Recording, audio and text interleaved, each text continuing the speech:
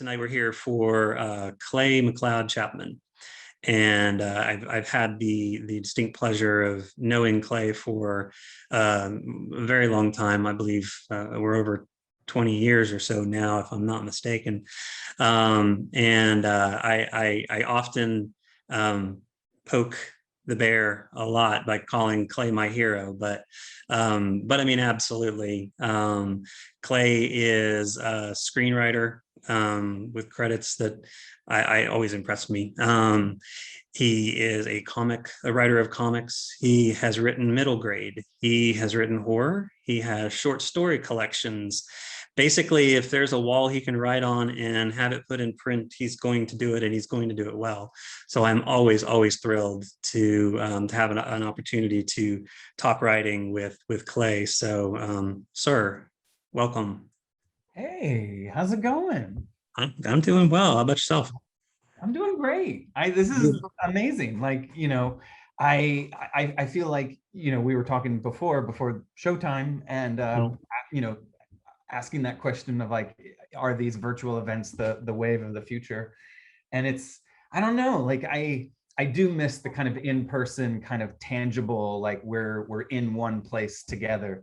But it's I don't know, I got a little kind of like that thrill, the chill went up the spine right before, because I'm seeing everybody kind of in the scroll, and like, I don't know, like it just feels, I really appreciate you all coming out tonight. So thank you. Yeah.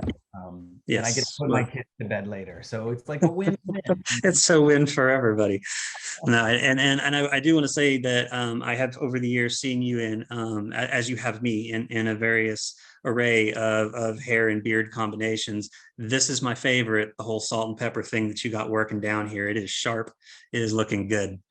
You know, So probably like 2 weeks ago, it was a lot more, yeah, chrome, like kind of yeah. Neanderthal style. But It was in its pre-book release phase. I was like, oh man, I need to clean up. I'm gonna be zooming a lot more than I'm used to. So Yeah. yeah, yeah.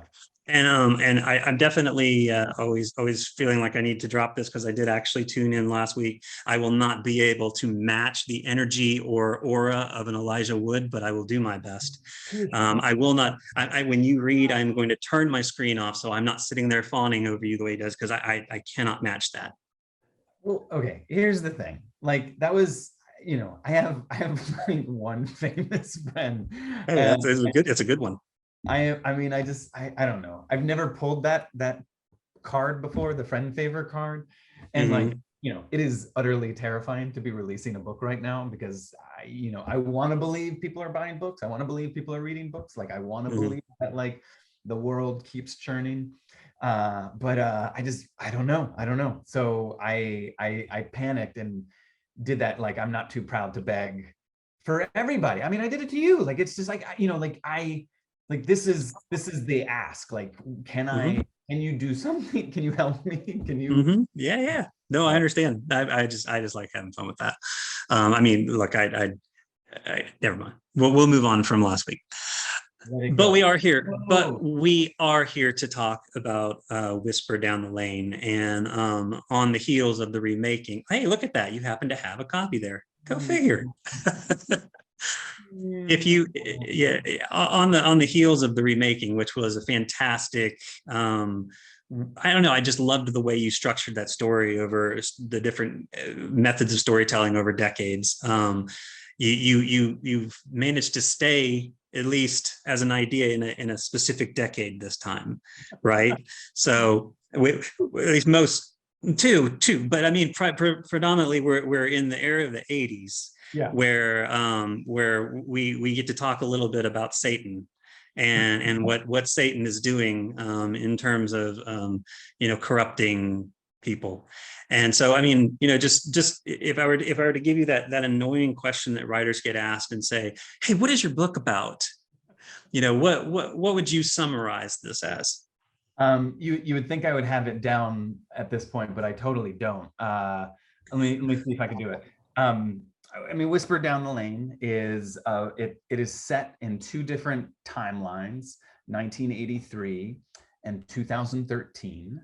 And in 83, there's a little boy we follow this young 5-year-old by the name of Sean, and Sean tells a little white lie, and that little white lie kind of ripples out from his family to his school to the community to the country, and basically it just gets away from him, and kind of ignites or basically kind of dovetails into the satanic panic era of the time. I don't know if anyone watching is familiar or not familiar with the satanic panic period, but you know, it was a pretty wild time, where people, you know, a good cross section of the country, and you know, not just in America but elsewhere too, there was this belief that there was a, you know, hidden underground syndicate of Satan worshipers, masquerading as teachers, politicians, police officers, someone maybe from your own family, and they were here to kind of take our children, and that there was a lot of mileage for that for probably about like, you know, up to 10 years. Like you know, I mean, Jimmy and Tammy Faye made quite a bit of a living off of that. man, I mean, everybody, I mean, like Geraldo, like, Mhm. you know, Phil Donahue, even 2020, like you know, I'm making a living off of it now too. So, you know, I'm my hands are not clean. But that's 1983. Now, imagine 2013, you know, 30 years later, there is a man named Richard. And Richard is in his early to mid 30s. He is a art teacher at the local elementary school. And he is newly married. And all of a sudden, strange things start to happen to Richard. And, you know, what we come to realize, this is not really a spoiler, I swear, is that the lies that Sean told as a young boy are somehow manifesting themselves for Richard 30 years later, and they're becoming true. So whatever Sean said as a boy, somehow Richard is having to deal with them, kind of in the flesh, I guess you could say. So it's yeah, the two narratives start to kind of intertwine and intersect. It's interesting because I mean I grew up reading a lot of Stephen King. Like that was my early influences in reading, and one of the books that had the most profound effect on me was It, which also had a 30-year gap in there, and so not suggesting that's where you got it from, but I'm curious why you chose 30 years. Well, you know, truth told, it's funny because like I was a product of the 80s. I was a child of the 80s. I was born in the 70s, kind of grew up through the 80s. That was kind of my boyhood, my childhood. I'm from Virginia originally, and you know, lived in the kind of suburbs of Richmond.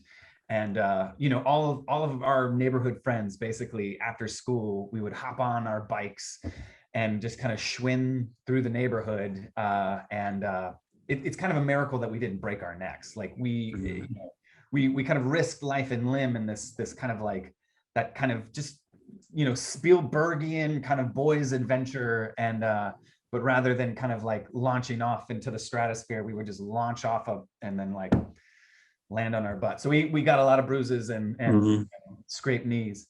But there was always that there was always the kind of that low grade fever of moral mania in our neighborhood, which was, don't, you know, if anyone starts talking to you and you don't know who they are, don't engage, come home, tell your parents, watch out for the van with no windows. It was always like the white van with no windows. Like that was the kind of mythic urban legend for us of like, oh my God, you see that van with no windows? Like that's where the creepy van kind of pluck you and take you away. So, you know, for me in writing this book, you know, I got to kind of exorcise or kind of revisit a lot of the things that made me afraid when I was a boy, because that was when I grew up. And then for 2013, I'm a dad now. Suddenly I grew up and became vaguely responsible enough to be I don't know how it's legal, but I have 2 kids, and it's my partial responsibility with my wife to take care of them and make sure they don't get in trouble.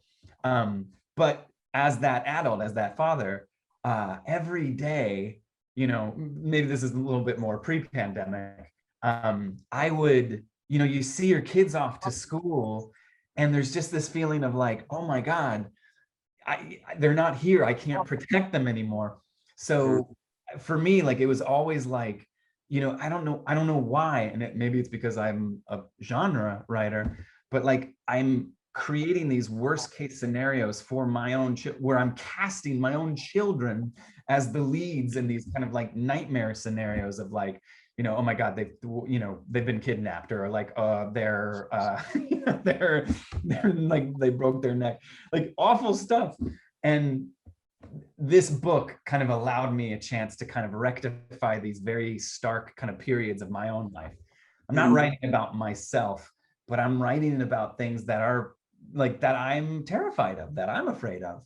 And it kind of gave it a kind of, I don't know why, but it rings more true to me, without necessarily being like, it's not nonfiction, it's not an autobiography. It's just like, I get to tap a nerve that's very raw right now, basically. Right.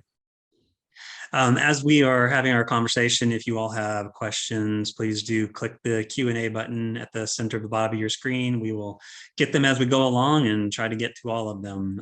It can be about Clay's book, it can be about writing horror, it can be about anything. Just ask a question. If you want to know what kind of pizza he likes, you may ask that. Ooh. I mean, why not? So anyway, when trying to craft a story like this, you're talking about it being somewhat of a, I don't know, a redemption for other stories that you've told, but what was that kernel? What was that thing that made you say, oh, I think this is a story? Well, it's funny. I don't know if this is the answer.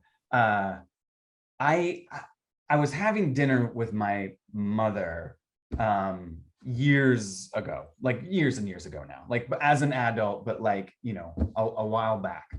And we're having this conversation. And, for me in my childhood, I remember vividly this stretch of my, like maybe like 6 years old, where I started to have night terrors, like really vivid nightmares, that kept me up all night, and I couldn't sleep. And I would end up like going to school the next morning and, falling asleep, like dozing off in class. And it got to a point where like it felt bad, and like I have this memory. So then with dinner with my mom, we're kind of, it's a cordial, everyone's just kind of like hanging out, like we're shooting the shit and just like having fun, like, like, hey, this is this is what we're doing. And I was like, hey Mom, do you remember that crazy time when I was a kid and I used to have night terrors? And she kind of looked at me funny and she was like, that never happened. And it was just like, what are you talking about? Like, of course that happened. Like, I remember this, and I remember that, and I remember this. And she was like, no memory of that, no recollection of that. I think you're wrong. And when I heard that, it was just like, what are you talking about? It was like, there's no possible way that like the only 2 people who were pretty much there for this kind of event in my life, and like, we couldn't come to an agreement. We couldn't, like, neither of us were like able to say like, okay, this is what happened. It was just like, like for her, it never happened. For me, it did happen. No right or wrong. No, this is, it's purely just like this moment where 2 people have conflicting versions of the past. And for me as an adult, kind of reflecting on that, I'm now in my 40s. It's been a while since I've been sick. So I have, it's not, it wouldn't be too surprising to say like, oh, there's this thing that happened to me when I was 6, and it just be a complete fabrication. But it was very, very unnerving to me to be like to have a vivid memory, to believe so wholeheartedly that this thing happened and not, there's no consensus of whether it really was true or not. So for me, in writing Whisper Down the Lane, this whole idea is like, a lot of what was kind of happening during the Satanic Panic period were these kind of repressed memories, or these kind of, what do they call it? False memory syndrome, or, basically like, there was a certain sense of, with the Satanic Panic, the main, like the star witnesses were children. And children were being put on the witness stands during these court trials. They were being thrust in front of cameras and like being interviewed. And it was always like, we believe the children, like, we're going to listen to you. What happened? And for a 5-year-old, a 6-year-old, to be kind of have that platform, and then, essentially either make something up or lie or tell some kind of gray version of the truth. Like it's like, that's scary to me. Mm-hmm. So the kernel, I think this is answering the question. The real seed for the book was this dinner time conversation. Like, if I did not have that conversation with my mom, this book wouldn't exist, because it was like, oh, whoa, am I wrong? Would that really happen? No, I believe it happened. I know it happened. And then it, like, you start kind of doing some research and digging up, and like all of a sudden, like, false memory syndrome is astounding. It is amazing how, like, you can go from like, perfect, picture perfect family to like, my father is a Satan worshiper and we are killing cats in the backyard. Like, it's like they, like, truth is always going to be stranger than fiction. Like, this is what the Satanic Panic, was. Sure. Yeah. Well, with this book and the remaking and well, and I didn't even mention the pumpkin pie show that you ran in New York so successfully for what, a decade, was it? So successfully. Yes. I convinced my friends to come see me perform for 20 years. So that is a success. I burned every bridge getting my friends' butts in seats. If they got there, then if they got there, then getting butts in seats is always the goal. So if they got there, that's a success. Yeah. But with the books and the pumpkin pie show and even to a degree your middle grade work and all that, there's always this constant sort of suspense and horror and fright and all this kind of stuff. So when you look back at the books that inspired you to become a writer, what were they, and do you still feel like you maintain some of that, that inspiration, that like maybe some bit of you is still inspired by those writings? I would hope so. And I feel like there are a few fundamental writers who I just intersected at the time where it mattered most to me.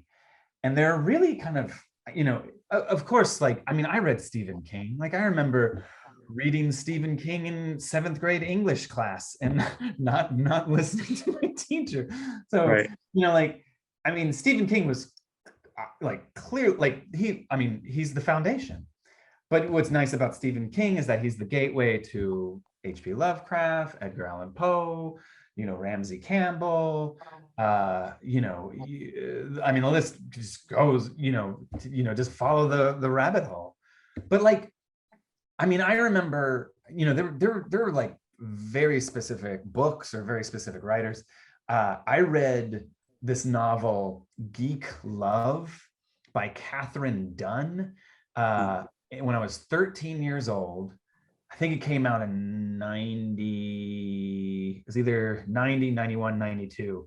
But Geek Love was, I mean, it's astonishing. It won the National Book Award. Catherine Dunn never wrote a novel after it. She had 2 previous novels that had gone unpublished, eventually published. But like, Geek Love was kind of the moment, it's a cult classic. Like, I can't recommend it enough. Like, it is an amazing, amazing book. Geek Love by Catherine Dunn. And I would have said, like, the less you know about it, the better.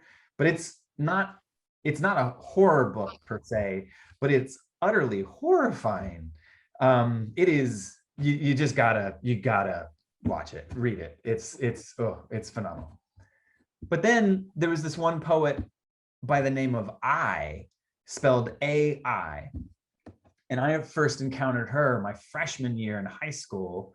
So ninth grade, 14 years old. I like changed my world. Like the work she did within the scope of like a stanza. I just can't do with pages and pages of fiction. I was like, and she, oh my God, she's, I love she changed my life. And almost to the extent where, like, you could kind of say that I'm copying her, where like I aped her style for years, just this brutal prose style of like taking on the perspective of a character. Like the narrator is like, it's her, but she's assuming the kind of role of someone, like, and it's phenomenal. Like, she is utterly brutal, like utterly like devastating. Like AI. Right. Speaking of things that people should read, I would like to ask you to read something from Whisper Down the Lane, and then after you do that, we've got a couple of questions we'll dig into from attendees, and we'll get rolling again. So, you decide what you want to read here in the next 10 seconds, and I'm going to blink myself out of the way and give you the floor. It's funny. The book has been out for just over a week. So I think I'm gonna do something new. I'm gonna try it. Okay. Just because why not, right? Sure, why not? Why not? If it crashes and burns, we'll be the only ones who know, and anyone watching on Facebook right now. But I'm gonna read a new section that I've never read before, because it was one of my favorite sections to write. But I've just never read it before. So, here we go. But the only thing you need to know is that this actually happens way later in the book. This is like 200 pages in. And it's in the Sean section. So we're following Sean, 5 years old, in 1983. So I'm gonna look at the time. It's now 7:29. Let's see if I can read a few minutes of this, and let's see how far we get. But yeah, here we go. If you're just now tuning in, you are watching Satan's Playground, Devil Worship in America. Manuel Cassavetes soberly intoned, speaking directly to the camera. I'd like to encourage parents to please make sure your children aren't watching this unsupervised. The glare of the studio lights was too bright for Sean. He couldn't help but wince and squirm in his seat. His hair clung to his sweaty brow. His suit was itchy. His collar only grew tighter at his neck, his tie constricting around his throat. What you're about to hear is shocking, Mr. Cassavetes continued. It is heinous, but above all else, it is very, very real. Sean kept his attention on his host. Though we may never know what the exact number is, he said with scripted precision. As of this live broadcast, it is estimated that there are over 1 million practicing Satanists in the United States. 1 million. The mind can only reel at such a staggering figure. A woman from the studio audience gasped, using her hand to fan herself with Pentecostal furor. I mean, this felt more like church services to Sean. Mr. Cassavetes preached his own televised form of fire and brimstone. The producers populated their pews with a motley assortment of audience members, churchgoers, self-professed devil worshippers, heavy metal fans, and school marms. A few even waved homemade signs. Keep Satan away from our babies, McDonald's donates 2 to the devil. Ray Kroc gives 20% to Satan. The devil doesn't belong in our schools. And from where Sean sat, there were a shapeless mass of silhouettes.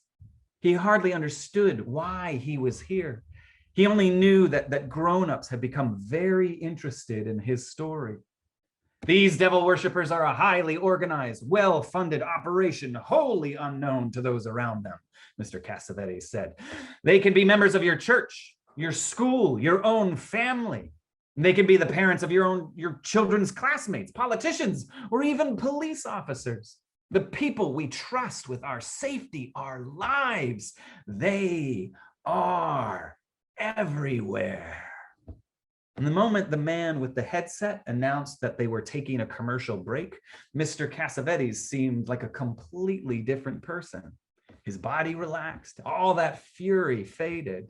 He was nothing but smiles now. I'm on fire tonight, he said to no one in particular, as a cluster of fussy assistants swarmed around him, powdering his temples and touching up his subtle eyeshadow. His unnaturally tan skin seemed incapable of perspiring. One assistant took a small, fine-toothed comb and groomed his mustache. That mustache, full-bodied, perfectly coiffed, was clearly Mr. Cassavetes' most distinguishing feature. Better pace yourself, the man with the headset said. 84 minutes to go. Oh, you ain't seen nothing yet. Mr. Cassavetes glanced over at Sean as his team continued to primp. When they made eye contact, Mr. Cassavetes gave Sean a wink, just a little something between the two of them. Don't worry, kid, that glint in Mr. Cassavetes' eye said. We got this.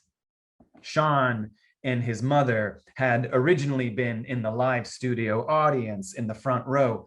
But at one point during the broadcast, Mr. Cassavetes had stepped down from the stage and addressed Sean directly. He placed a comforting hand on the boy's shoulder and squeezed, letting him know that the cameras were on both of them now, that all of the world was watching him. It was also their cue that their segment was coming up. Shortly after that, the man with the headset had ushered them on stage. Remember to breathe, he whispered to Sean just before leaving him alone with his mom. Good advice. Sean nodded, repeating those sage words. Remember to breathe, remember to breathe, breathe. People swarmed around them until, just like that, they scurried backstage. Sean glanced out at the audience, all their eyes staring, waiting for him to, and we're back in 5, the man wearing the headset announced, all of them licking their lips. 4 glistening lips. The man with the headset silently brought up 3 fingers, their forked tongues, 2 fingers. They were so wet under the spotlight, so red. 1. Mr. Cassavetes gave another wink and then turned to the camera. Hello, and welcome back to our show, he said. We have some very special guests with us tonight. Mom hadn't let go of Sean's hand through the whole show. Her palms were sweating. She must have been nervous too, maybe even more nervous than Sean. Anytime anyone approached from behind, she'd startle. It was happening more and more lately. Mom was afraid of everything now. And who could blame her? Her son was the target of a secret network of Satan worshipers. The devil was everywhere, waiting for her to slip, turn her back, let him go. And that's when the devil would pounce.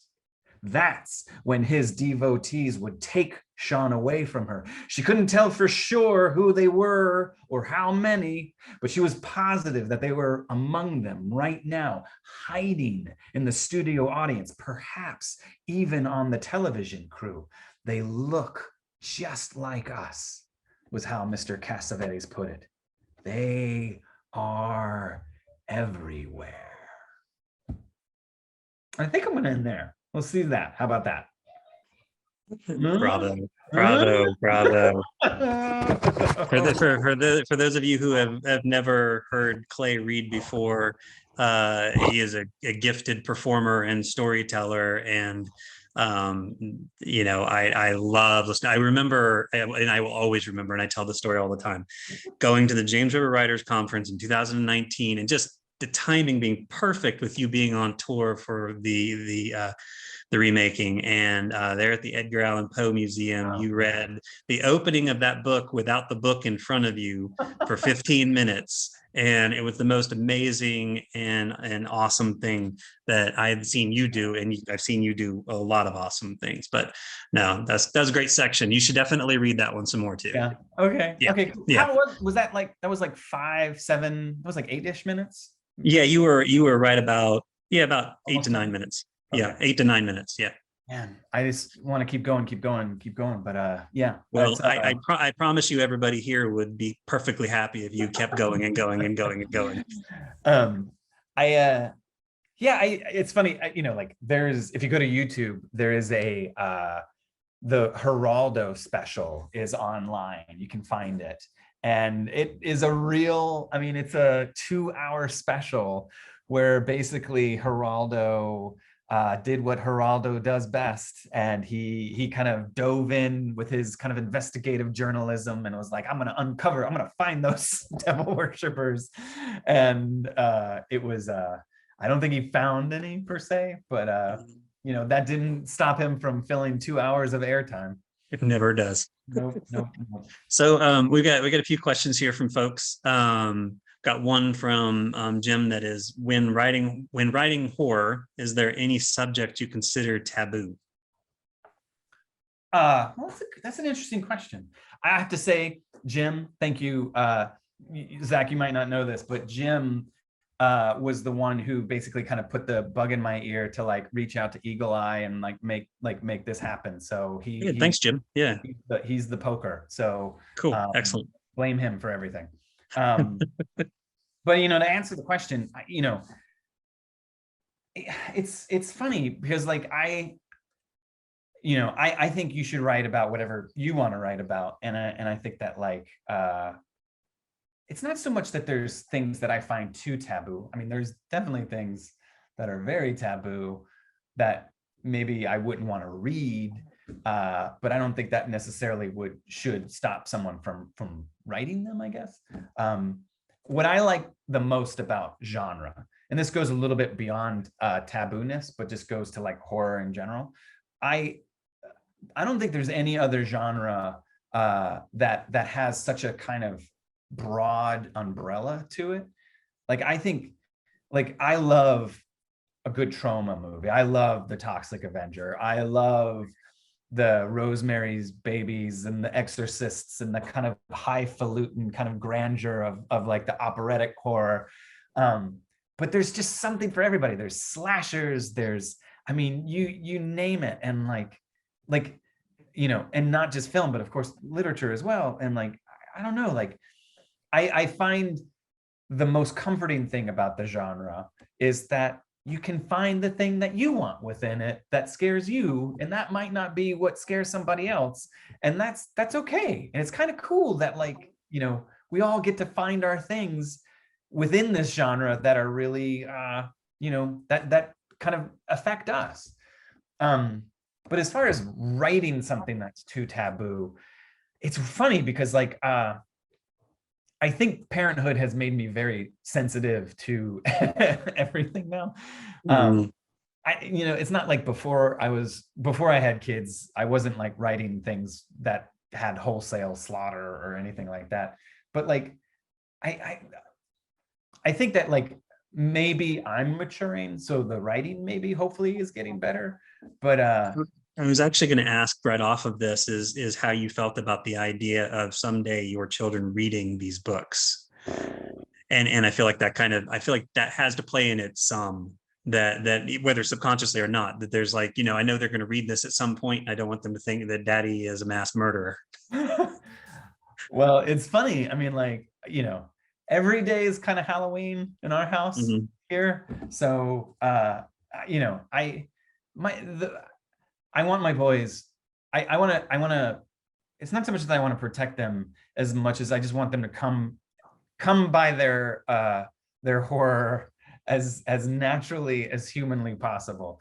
I don't want to influence them at all. I don't Mhm. want to watch horror movies with them. I don't want to push that on them. I want them, like, like my kids, like, this the slightest thing, like that one scene in that one movie that's not a horror movie, but it's just like, what's the scary moment in Frozen? Well, that's a week's worth of nightmares that we're gonna have to navigate through.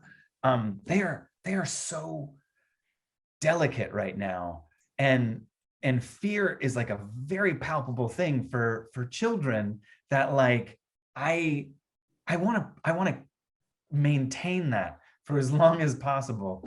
And I don't want them to get near my stuff. I don't want them to read. I want them to be like 25. I want to be dead, frankly. I want to be long gone so that I can't be around to watch, like, to know that they're reading it. Like, I just, maybe I'm protecting myself more than I am them, but like, I Yeah. just, can you imagine? Like, it's just like, like, they're gonna, they're gonna pick up one of these books and they're gonna be like, geez, This is what Dad, goes on in your head, huh? this is what you've been doing all this time. We've been in school and you've been like, oh my God, they wouldn't forgive me. They would not Uh, forgive me. let's jump from that subject then. And Benji actually has a couple of questions in here. And did the time jump in remaking help influence writing the time jump in Whisper? That's a that's a good one. I've never been asked that question, so I don't have an answer for it yet. But in my thinking is, like, I love the remaking. The remaking came from such a pure place of unfettered, like, that is the story that I wanted to tell. Like, it was just like a very, like a smooth birth, I guess. And I think people kind of like it. Some people don't like it, but it's like, it is what it is. It's a book that exists. And like, I think the lessons that I learned, at least from kind of reader responses, is that, the remaking it's one ghost story told 4 different ways, and it evolves every 20 years as technology evolves. So there's the campfire ghost story, there's the 70s drive-in kind of low budget crappy horror film, there's the sleek polished 90s remake of it in the style of Scream, the very kind of meta self-awareness, and then there's the like 2016 podcast version of it. But like it all tells one story, but it just kind of evolves and evolves. But I think if there was a lesson to learn from that, with Whisper Down the Lane, it was to spend more of a focused amount of time with a smaller amount of characters. It's funny because like the remaking almost exists in the negative space of the novel, where like it's almost like a ghost story without ghosts, if which I hope is not a detractor, but it's like it's like all the spooky stuff is kind of on the periphery, and you just have to kind of like, it's almost like if you're kind of looking over here, like what's the thing that's happening in the corner of your eye, that's where the ghosts are. But with Whisper, it was like, okay, let's dig in a little bit more and get into the headspace and heart space and emotional space of 2 characters, which maybe one character, like it's funny how like the lesson I wanted to learn was like the 2 stories, both novels kind of talk specifically about trauma and how storytelling is kind of a way to articulate trauma. But I just kind of dug in a little bit more with Whisper. Like it was more important to kind of like get a smaller kind of, the worldview got a little myopic. Yeah. Yeah. Well, come back to a couple questions here, but just one that popped in my head. Storytelling, like I said, is a very important tool for you. I mean, not just in the writing, but on stage and everything like that, in your performing. the remaking being an example of how you use storytelling and the varied forms of storytelling. Where did that come from? At what point in your childhood did you just feel the need to be a storyteller? When did that show up? I mean, I have distinct memories of, I grew up in Virginia, and I went to like 4-H camp, summer camp. And I remember the first time like sitting at a campfire and hearing a ghost story.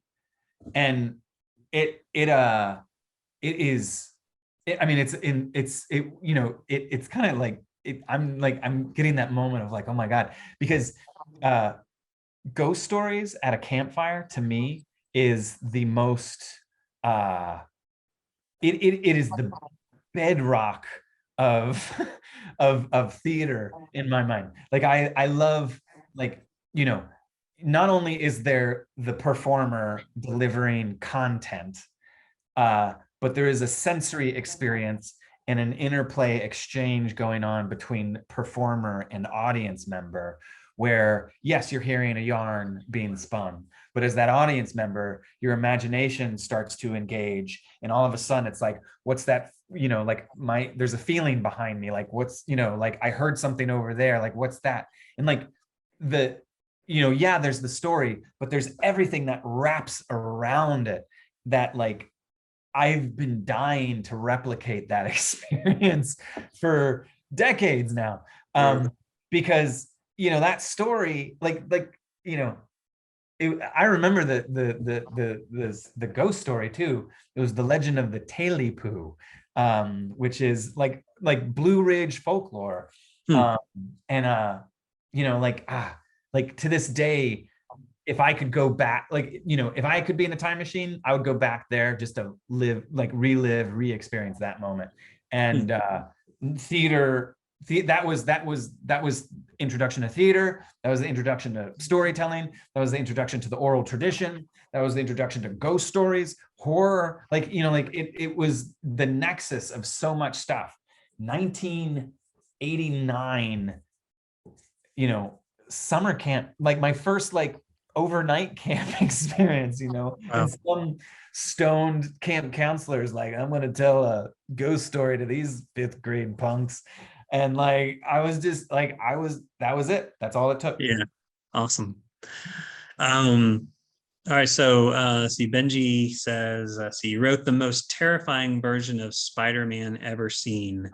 Any chance he'll get name checked or featured again in the future of Marvel? Man, I wish. It's funny. Okay, so there's a story there. There was, everybody's seen Into the Spider-Verse, obviously, like one of the best Spider-Man movies that ever existed. Like, it's an amazing movie. But that whole movie came from Marvel Comics. Did a series called Spider-Verse before the film, and the Spider-Verse. I've been very lucky where I get to write for Marvel Comics, and in 2014, they did a prelude, like a prequel, like a 5-issue miniseries that led into the Spider-Verse event, and it was basically called Edge of Spider-Verse. I'm going to be corny and take you guys over here. Edge of Spider-Verse was basically, it was 5 issues.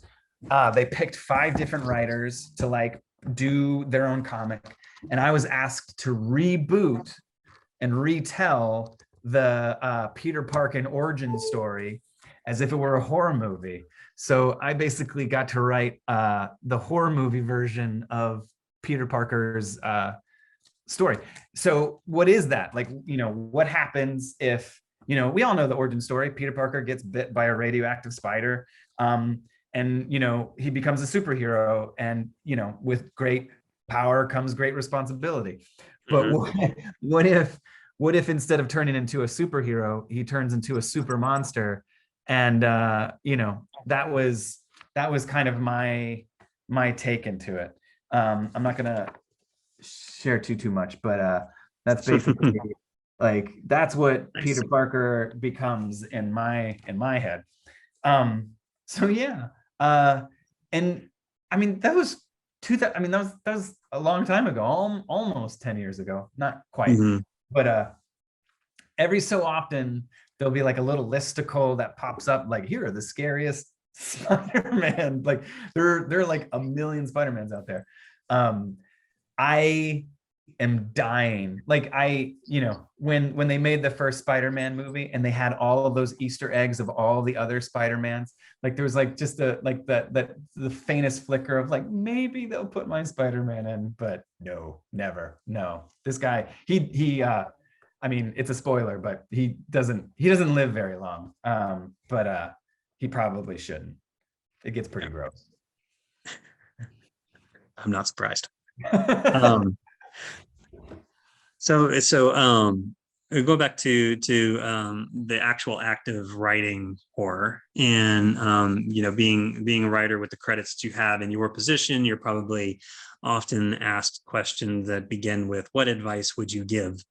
But if you're talking about horror specifically and somebody wanting to dip their toes in it as a writer, what kind of resources, and I mean that in terms of writers, would you recommend that writers of horror get used to or get familiar with? Um, I mean, it's maybe not just horror writers, but just writers in general. I my first book deal came because I sent out a letter back when people were still writing letters 200 years ago to I basically I went to Barnes and Noble and I didn't buy it, but I sat down in the aisle of Barnes and Noble and pulled the writer's market off of the shelf. Mm-hmm. And I basically spent the afternoon just copying down all the addresses of literary agents who I thought might be interested in what I had to offer. And I found my first agent through that. 29 of those agents wrote back and said, no, thanks. But one of them wrote back and said, yeah, this is pretty cool. Let's check this out. And a total sidebar, just because I'm here. This is a true story. And I don't think I've ever told this story in public before. Sweet. But here we go. So I didn't do enough research into my agent at the time. Had I did that, I would have known that this particular agent hadn't represented any fiction authors for years, like over 13 years. And but she, like, her assistant read my stuff first, and her assistant really liked it. And she said, hey, I know we don't do this anymore, but you should check this guy's stuff out. And so she did, and she was like, this is interesting, this is cool, let's do it. Like, total lark. Like, she did it as a lark, and she got me a 2-book deal with Disney. So, mission accomplished. But she then said, and this is how she told the story to me, where she was like, oh, you know what? I had such good luck with this fiction author. Maybe I should do more fiction. So as she tells it, the next fiction author, she decided to rep. Whether it was the next submission she got, I don't know. But like the next one she decided, like, yeah, let's take a chance, was this mid-list author who had a book or two published before. And the books got published. Nobody really, not a successful author per se, but just like an author who didn't have an agent anymore, like needed kind of a career kind of rejigger. And nobody was kind of taking his stuff seriously. And he had this new manuscript for a novel called Angels and Demons. My agent was like, I'll take another chance. I had success with this guy.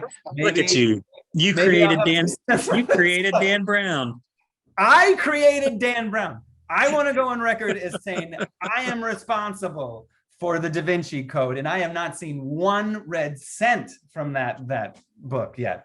But my agent loved to tell that story at the time, because she was just like, had I not taken, my chances with you, I would not have taken my chances with Dan Brown. That's so funny. So funny. But I'm totally digressing. The writer's market. I will stand by the writer's market, because, you have to like do the like mass like email 1 million people just to get 900,000 rejections and then get the one, you know, the one that's like, yeah, let's try it. But the writer's market. I don't know as far as resources for genre writers, other than just reading as much of the genre as humanly possible. I mean, I'm trying to read as many, you know, as many books as I can. And like, you know, what is great about the genre is that it is all encompassing. There is so much out there, and you just have to find your niche within it. And what's amazing, and I feel like, you know, when before the show started, we were talking about the kind of Atlanta chapter of the HWA. Like there are places that are very specific to, you know, that platforms for writers who want to tell these specific stories. And I mean, it goes beyond just like, you know, groups and writers groups or reading sessions, but like I've been kind of amazed at the kind of independent publishing. Like there are like Crystal Lake Publishing, you know, like Silver Shamrock Publishing. Like there's so many kind of small presses that like they get their work out there because these are the stories that they want to read. So they're publishing themselves the novels that they want. And I don't know, like I feel like it's there is a certain kind of floodgate that has opened, and it doesn't have to be like the top 5 publishers out there, because like, you know, I don't know, they've got their mandates, but like if you've got a great story, there are a lot of places out there that are very, very interested in publishing genre affairs. It's very true. Very true. All right, we've got probably we'll say up to 10 more minutes just to try to get through some questions. So if you guys have any more, let us know. I'm seeing a lot of activity on the chat, so you're making a lot of fans here tonight, Clay. All right, so this one is from Dawn. Have you ever experimented with other genres? Also, I've been told that no one reads literary horror. What do you think about that? I mean, I will agree and disagree. I'll agree in the sense that like my first 2 books that were published, they were published by Hyperion, which was Disney's arm, like their literary arm, and they marketed them kind of quote unquote as literary horror, or some, like it's almost like they kind of steered it away from the genre and kind of like I wasn't in the horror section of the bookstore, I was in the fiction section of the bookstore, and nobody bought them. And that, you know, that's nobody's fault really, like, you know, but I think that like on a conceptual level, literary horror was like nobody bought it in the sense of like, here's someone who is, you know, like it just didn't fit. And that was like 20 years ago. So pre-internet, you know, everything. But it was interesting because now I'm at Quirk Books, and Quirk has been amazing because Quirk has like, you know, I don't think I'm literary horror anymore. I think I'm just like, you know, I haven't necessarily put the pin on myself, but like now I'm in the horror section, and like there's been, you know, I don't think the writing has changed as much as just the kind of like, I don't know. There's no point to this other than like, I feel you on the literary thing, but like at the same time, I think of Paul Tremblay and even like Stephen Graham Jones, or you know, oh my God, why am I blanking on Mexican Gothic? Sylvia Moreno Garcia. That, you know, there are so many horror novels that have come out within like the scope of the last couple of years. You're gonna have Sean on, you know, That's Cosmology of Monsters. Like Cosmology of Monsters is the literary horror novel like the best, like it was one of the best books of 2019, hands down. But it was literary horror, and like people got behind that book. That book was so good that it like defied its own categorization. Like it almost kind of transcended it. So yeah, like I think like, you know, it's there, you know, ultimately, like if it's a good book, it's a good book and people will read it, regardless of its demarcation. Literary horror, I think, is just like for people who might not want to like accept the fact that they're reading genre. I don't know. But Benji says you should read Blackwater. okay, I'll read it. What is it? I don't know. Benji, who is Blackwater by? While he's doing that. Last question in here is, do you advise other writers to mine their nightmares for material? Yes. Why not? Yeah, totally. But I think like maybe more to the point, there is a, oh yeah, Michael McDowell. Okay. Yeah. Oh my God. We were talking about oh my God, I'm embarrassed. I'm blanking on it. The house, the haunted house at the beach with the sand. I keep wanting to say the followers. Is that right? I'm failing. Elementals. Ha ha. Benji for the win. Yes, Michael McDowell is amazing. So mine your nightmares, but also don't be afraid to kind of mine your own emotions. Like I think the kind of the shift for me over the years is that, you know, I always had that kind of mandate in my head to write what you know. And I wish I could have gotten into a time machine and kind of shifted that theory, that feeling, like instead of writing what you know, write what you feel, because we have these kind of basic fundamental Joseph Campbell, you know, emotions within us that like if we tap into those, you can go to Mars, you can be the president of the United States, you can be something that you aren't necessarily, but if the emotional content roots you to those characters or those situations, I think that like there's a certain kind of floodgate that opens up, and maybe it opens you up to your nightmares or something else. But like I think the best genre efforts have great characters, like characters that you identify with. And one of the best ways to write identifiable characters is by you, the writer, identifying with the emotions that your characters are in. So yeah. Oh, cool. Well, we're at the wall here. Before we head out, though, I want to know the horror film that is the first one to scare the pants off of you. I know mine was Phantasms. It's embarrassing, but student bodies. There's two, like, you know, if you're watching TBS back in the 80s or whatever TBS was back in the 80s, the Saturday morning, like, you know, edited for TV, and like the matinee crowd, Saturday the 14th and Student Bodies, which were both horror comedies. So like there was a certain kind of like they could get away with it. But like as a 5-year-old watching Student Bodies, the first 5 minutes of Student Bodies messed me up. So yes. And Saturday the 14th was just like, well, yeah, that was fun. Yeah, I remember that one. So not so good now, but yes. You know, no. There's a lot of things from the 80s that are not so good now. No, I know that. Obviously, and you know this, I could talk to you for hours and never want to quit.